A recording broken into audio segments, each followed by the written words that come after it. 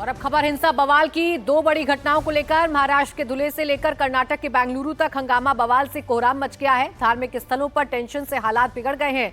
धुले में गुरुद्वारे की गद्दी को लेकर हिंसक झड़प हुई। दो गुट आपस में भिड़ गए। गुरुद्वारा परिसर में ही जमकर बवाल हुआ। लाठी डंडे तलवार भांजे गए। तो वहीं बेंगलुरु में धार्मिक यात्रा पर पत्थर बरसाए गए हैं। चामराजपेट इलाके में एक धार्मिक जुलूस को टारगेट किया गया। हमले में एक महिला के सिर पर पत्थर लगा है, जिसके बाद हिंदू संगठनों में नाराजगी है। और आपको महाराष्ट्र के धुले में हुए हिंसक बवाल की खबर बताते हैं। धुले में गुरुद्वारे की गद्दी को लेकर खूनी संघर्ष हो गया। यहां के ऐतिहासिक गुरुद्वारे की गद्दी और उसके कब्जे को लेकर दो गुटों में बवाल हुआ है। रात भर मारपीट, हिंसक झड़प हुई। लाठी डंडों से लैस भीड़ ने तांडव मचाया। कैंपस के अंदर ही तोड़फोड़ की, लाठियों से प्रहार किया। आपको बता दें कि पिछले 2 दिनों से ये पूरा मामला सुलग रहा था। यहाँ के पूर्व प्रमुख धीरज सिंह की हत्या को लेकर भीड़ भड़की। गुरुद्वारे से जुड़े बाबा रणवीर सिंह पर आरोप लगा कि उन्हीं के इशारे पर हत्या हुई। आरोप है कि बाबा रणवीर सिंह ने पिछले 2 दिनों से गुरुद्वारे पर अवैध रूप से कब्जा किया हुआ था, जिसको लेकर दूसरे गुट में नाराजगी थी और उसी क्रम में देर रात बड़ी संख्या में लोग गुरुद्वारे पहुंच गए। हालात उस वक्त और बिगड़ गए जब अंदर से आंसू गैस के गोले छोड़े गए, जिसके बाद पथराव और तेज हो गया और हिंसा भड़क उठी। जानकारी मिलते ही भारी तादाद में पुलिस फोर्स मौके पर पहुंची, हालात को काबू में किया। पुलिस को हालात कंट्रोल करने के लिए काफी मशक्कत भी करनी पड़ी। पुलिस ने अपील की है कि लोग अफवाहों में ना पड़े, किसी भी भड़काऊ पोस्ट का वीडियो पर भरोसा ना करें।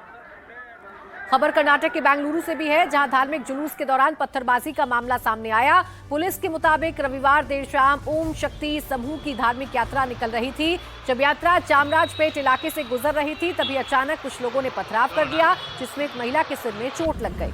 इसके बाद हिंदू संगठनों ने नारेबाजी शुरू कर दी। लोगों की मांग है कि पत्थरबाजों को तुरंत गिरफ्तार किया जाए। लोगों ने थाने पहुंचकर नारेबाजी की। हालांकि पुलिस इस दौरान लोगों को समझाती रही, लेकिन लोगों की मांग नहीं कम हुई। लोग थाने के बाहर काफी वक्त तक हंगामा करते रहे। मामला बढ़ता देखते हुए पुलिस को मामला सुलझाने में काफी वक्त लग गया।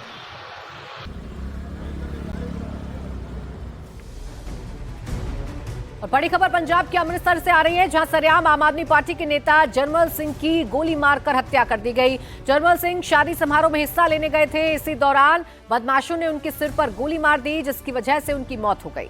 शादी समारोह में अचानक हुए इस फायरिंग से पूरे रिजॉर्ट में अफरा तफरी मच गई। आप नेता जरमल सिंह बोल्टाहा इलाके के सरपंच थे और शादी के जश्न में सभी लोग बैठकर एक दूसरे से बातचीत कर रहे थे। इसी दौरान पीछे से हमलावर आया और उसने सिर के बहुत ही करीब जाकर फायरिंग कर दी। तो पंजाब की तस्वीरें देख रहे हैं, जहां पर जरमल सिंह नाम के एक सरपंच को, आम आदमी पार्टी के नेता को अमृतसर में उस वक्त गोली मार दी गई जब वो एक शादी समारोह में मौजूद थे। वो बातचीत कर रहे थे अपने लोगों के साथ। देखिए, पीछे से एक शख्स आया और बहुत ही करीब से इसने फायर किया और मौके से फरार हो गया, जिसके बाद पूरे रिजॉर्ट में अफरा तफरी मची। शादी समारोह में आप नेता की हत्या के बाद अब चारों तरफ हड़कंप मच गया है। इस घटना का सीसीटीवी फुटेज भी आपके सामने है। इस वीडियो में रिजॉर्ट में आरोपी हाथ में पिस्टल लेकर आते हैं और आप नेता के पास जाकर उनके सिर में गोली मार देते हैं। गोली लगते ही सरपंच जमीन पर गिर गए और सिर से खून निकलने लगा। किसी को कुछ समझ आता है, इससे पहले फायरिंग के बाद दोनों आरोपी मौके से फरार भी हो गए। तस्वीर आप देखिए, बड़े आराम से ये लोग आते हैं, हाथ में पिस्टल है, पिस्टल निकालते हैं और आराम से बैठे हुए सरपंच के सर पर गोली मारकर फिर उतनी ही आराम से फरार भी हो जाते हैं। ये पहला मौका नहीं है जब सरपंच जरमल सिंह पर हमला हुआ। इससे पहले भी आम आदमी पार्टी के नेता पर 3 बार जानलेवा हमला हो चुका है। फिलहाल पुलिस इस मामले की तफ्तीश में जुटी है। सीसीटीवी की मदद से आरोपियों की पहचान हो रही है और पुलिस का तो कहना है कि इस मामले में जो भी आरोपी पाया जाएगा उसके खिलाफ सख्त कार्रवाई होगी। वल्टोआ जो तरनतारन में एरिया पड़ता है, जरमल सिंह वहां से वो जो आए थे यहाँ पे फंक्शन अटेंड करने के लिए, उनको किसी व्यक्ति ने आके यहाँ पे गोली मार दी है। तो उस चीज को हमारा टीम्स हमारी सारी यहाँ पे लगी हुई है और हम अपना इन्वेस्टिगेशन कर रहे हैं और जल्दी जो अक्यूज्ड हैं पकड़े जाएंगे। We are working on it. Puneet Parinja हमारे सहयोगी जुड़ गए हैं। पुनीत, तस्वीरें देखकर तो समझ में आ रहा है कि आरोपी कितने बेखौफ थे, बड़े ही आराम से गोली मारकर फरार हो गए। पुलिस की जांच कहां तक पहुंची अभी तक?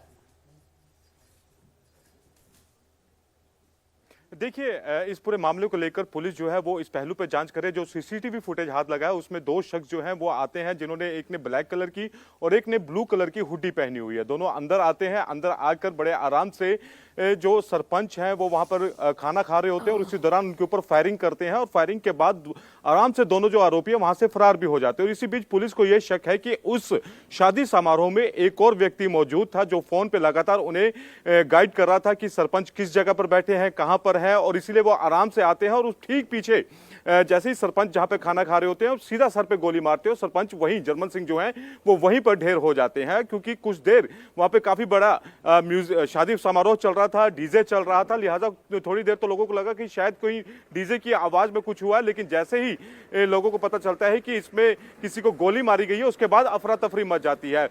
जो मैरिज पैलेस है वहां से कुछ जो उनके कर्मचारी हैं वो उन दोनों को पकड़ने की कोशिश करते हैं, लेकिन वो उनकी तरफ बंदूक तान देते हैं, जिसके चलते जो मैरिज पैलेस के कर्मचारी थे वो पीछे हटते हैं और उसके बाद वो दोनों मौके से फरार हो जाते हैं। 30 मीटर दूर उनकी बाइक थी। हालांकि सीसीटीवी फुटेज में दोनों के चेहरे बिल्कुल क्लियर नजर आ रहे हैं, क्योंकि अफरा तफरी में उनकी भी हुड्डी जो थी जिससे उन्होंने सर ढका हुआ था वो उतर गई। अब पुलिस उसी के सारे सीसीटीवी फुटेज के आधार पर आरोपियों तक पहुंचने की कोशिश कर रही है। जी, लेकिन पुनीत, जिस तरह से पंजाब में इस तरह घटनाएं लगातार देखने को मिल रही है उससे तो एक ही सवाल खड़ा होता है कि क्या वाकई में वहां पर कानून व्यवस्था चरमरा गई है, लोगों के अंदर खौफ नहीं कि सरेआम जाकर इस तरह से गोली मार देते हैं किसी को भी।